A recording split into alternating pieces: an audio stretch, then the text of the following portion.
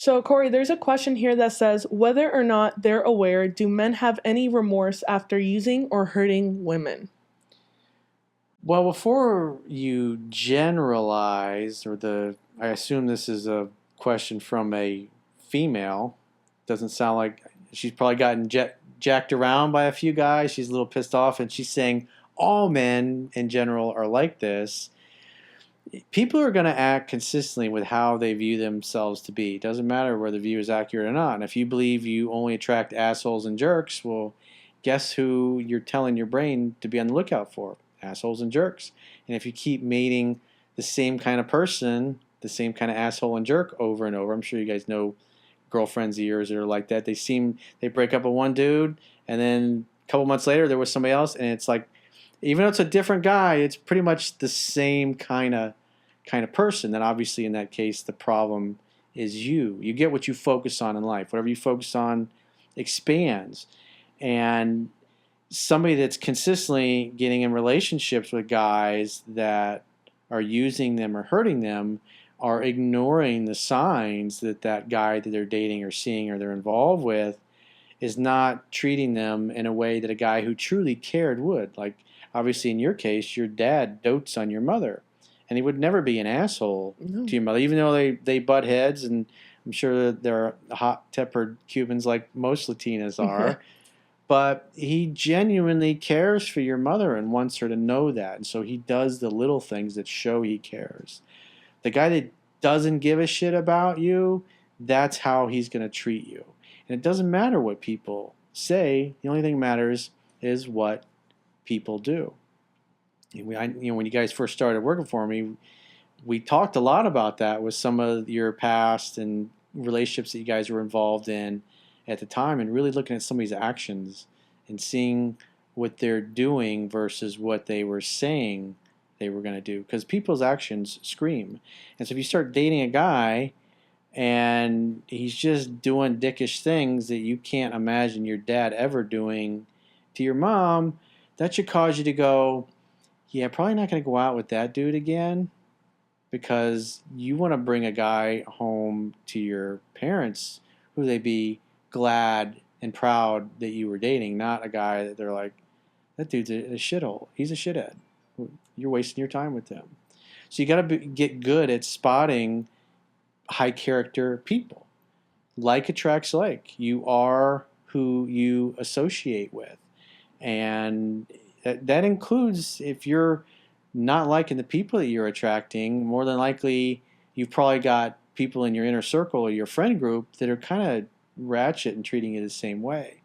So if you're attracting guys that don't treat you properly, you probably got some friends that you're tolerating in your life that aren't treating you properly. And so when you act consistently with everybody, you don't allow people to violate yourself or your dignity or your boundaries, and you hold people accountable to them. If they continually violate your boundaries, then you have to give them the gift of missing you, sometimes permanently. If they're not going to treat you right, it's like, hey, go find somebody else that'll allow you to put up with that shit. Because I ain't putting up with it. Question. I think of one of your videos that we had made on relationships, and there was this guy that wrote this long comment explanation that was gold, because he was clearly on both sides of this equation. And, he didn't have remorse because he didn't know the damage he was doing. And then at some point in time, it was like a born-again experience where, he was just broken by the realization of what he had done and seeing the fallout of it. I'll give a little bit of detail. It was a person who essentially was attending sex parties, and in those types of things where it was open relationships, and some of the guys would get off on seeing their wives pleasured by other men. So he would be essentially that guy. And those relationships were based on the fact that, we have agreements and written rules, but in that case, the women weren't necessarily following them. So when their husbands were out of town, he was having relations with their wives. So in those relationships, it was allowed at the party, but not supposed to happen when the man wasn't there. And at one of the parties, at one time there was a man who, essentially brought him outside, and he thought it was going to be, "I know what you're doing," but it was essentially this man saying, "She's cheating on me," and he didn't know with who, but he just fell down sobbing. And that was a moment for that man when he realized what he was doing and how he was screwing with other people's lives. So I would say that, hopefully people that don't realize what they're doing, hopefully they get to that point where they do and they become real men. Yeah, at the end of the day, whatever you tolerate, you invite more of. So if you tolerate dating people that jack you around, you're telling the universe, "Hey, send me more of that, please." Same thing with friends. You tolerate ratchet friends, guess what? You'll meet more ratchet friends. The ratchet friends will bring their ratchet friends. Like attracts like, and no one will ever do or say anything to you that you don't invite them to do. And so when first time somebody violates yourself, your dignity, your boundaries, and then you don't say anything, you don't speak up for yourself, you're giving them permission, and you're literally inviting them to continue abusing you. And if somebody abuses you and you allow them to do it, then the next time they abuse you even worse until they get checked on it. And so the guys that are ratchet and have no integrity, what's going to take is them hitting the wall, realizing that their belief system no longer works, when they're going to get to some point in life and they're going to really care about a girl, and they're going to be on the receiving end, because you can't outrun karma. And so the guys that go around dicking girls over, it's like, it'll happen. It might happen to them even later in life. At some point, they're going to reap what they sow. And that's the thing you have to look at. But you got to participate in your own rescue. So if somebody's not treating you properly, it's up to you to prevent them from doing it anymore. Because otherwise, again, whatever you tolerate, you're inviting more of. You're literally saying, "Yeah, send me more of this." And that's the way the universe works. Whatever you tolerate, you invite more of. So how can you make that shift? In other words, how can you change that, make that change to go from... Just like that. Decide. I'm not going to put up with this shit anymore.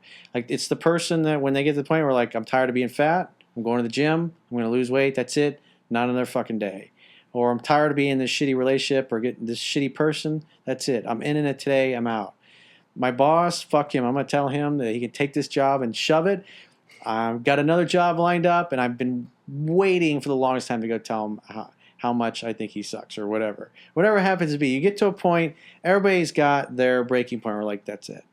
Because when somebody violates your boundaries, you got to lovingly call them out and tell them how they need to treat you. But if they keep mistreating you, you have to, in jiu-jitsu, you got to manage the distance between them and you. And that means you got to put some distance between you and them. And keep them at a distance, even permanently, if they don't stop. And you got to be strong enough to do that. And so I know in your case, sometimes you're just too fucking nice. You let people walk all over you. And so you got to be a little ruthless. You're like, "Nah, that shit don't fucking work for me." Funny enough, I'm pretty self-aware when it comes to that. So I'm slowly but surely, I'm trying to get to that point where I'm not trying to be too nice. I do consider myself to be a very nice person, but I deserve to have my own boundaries. It's one of those things that may sound like crazy talk, but I feel like the world is constantly testing me. So I don't know if it's because, I'm trying to make that shift, and I'm trying to make that shift, but at the same time, it's like I said, like the universe is trying to test me to see if I break. Yeah, you always get tested, and it doesn't stop until you become strong enough to where it doesn't bother you anymore. It's like somebody that's, like, for a guy that's afraid to go up and talk to women. At some point, he's got to work on his small talk. He's got to interact with other people, and he's got to get better, because repetition's the mother of skill. And if you suck at something, the only way everybody starts out as a novice, so the only way to get better is to do what you suck at, or what you're scared of, or what you're afraid of. If your job sucks, putting your resume out there, or calling around different companies and seeing what opportunities are out there, and having a system of follow-up if you got a dream job. Like I did that when I left the general contractor in Fort Lauderdale that's where I met Jennifer at to go work for Syntex Rooney. I had to move. I had to move to Orlando and change everything. It affected my relationship. It affected all my friendships. It affected where I lived. It affected my family relationships because I was literally going to go live in a town where I knew like one or two people there at the time and live in a completely different city, and something I really hadn't done much of other than a little bit when I lived away from home in college.